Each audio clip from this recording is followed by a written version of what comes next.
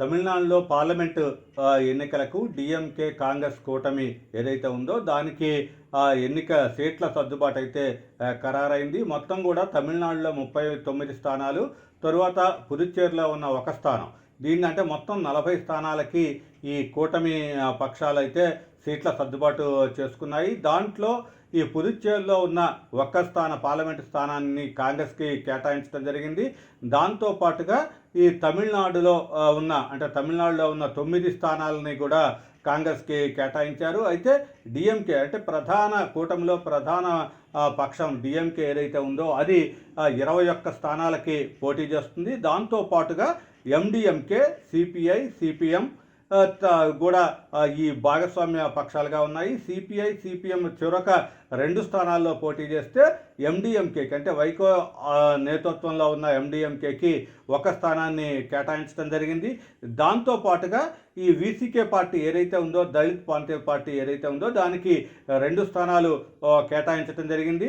దాంతో పాటుగా కేఎండికే ఏదైతే ఉందో, కొంగునాడు మొక్కల్ కచ్చి ఏదైతే ఉందో దానికి కూడా ఒక స్థానాన్ని కేటాయించడం జరిగింది. అయితే దీంతో పాటుగా ఇండియన్ ముస్లిం యూనియన్ లీగ్ ఏదైతే ఉందో దాన్ని ముస్లిమ్స్కి ప్రాతినిధ్యం వహించే ఈ ఐఎంయుఎల్ పార్టీకి అయితే ఒక స్థానాన్ని కేటాయించడం జరిగింది. అయితే దీంట్లో ఇంకో విశేషం ఏంటంటే ఈ కూటమిలో ప్రధానంగా ఈసారి కమల్ హాసన్ నేతృత్వంలో ఉన్న కమల్ హాసన్ ఏర్పాటు చేసిన పార్టీ ఏదైతే ఉందో మక్కల్ నీలిమయం పార్టీ అయితే పూర్తిగా ఈ డిఎంకే కూటమికి సపోర్ట్గా నిలుస్తోంది.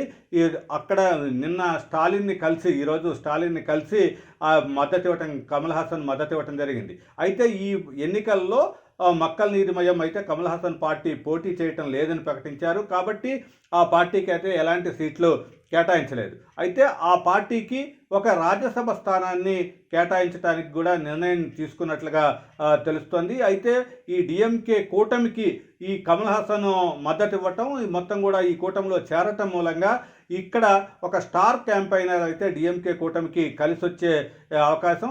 ఇదంతా ఇప్పుడున్న ప్రజెంట్ ఎన్నికల నేపథ్యంలో అటు ఏఐడిఎంకే కానీ బీజేపీ కానీ విడివిడిగా పోటీ చేయటం ఇదంతా ఉన్న నేపథ్యంలో డిఎంకేకి అయితే పూర్తి స్వింగ్లోనే మొత్తం స్థానాలు గెలుస్తామన్న ఒక ధీమాతో ఉన్నారు. దాంతో పాటుగానే ఈ మిగిలిన పక్షాలన్నింటినీ కూడా అటు కీలకమైన ఎండిఎంకేని కానీ అటు కమల్ హాసన్ పార్టీని కానీ వీటన్నిటిని కూడా మద్దతు తీసుకోవటం, అటు ముస్లిం పార్టీని అయితే తీసుకోవటం, వీటితో సిపిఐ, సిపిఎం కూడా వాటితోనే ఉంటాం. వీటన్నిటి నేపథ్యంలో ఒక డిఎంకే ఒక బలమైన కూటమిగానైతే తమిళనాడులో ఆవిర్భవించిందనే చెప్పొచ్చు.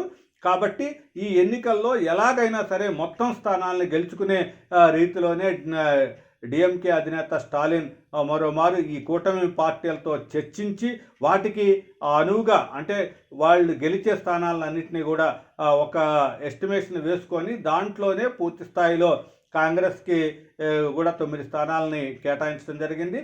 మొత్తం మీద ఈ సీట్ల సర్దుబాటు అనేది ఎలాంటి పొరపత్యాలు లేకుండా సాఫీగా తమిళనాడులో అయితే సీట్ల సర్దుబాటు వ్యవహారం అయితే ఒక కొలిక్కి వచ్చింది.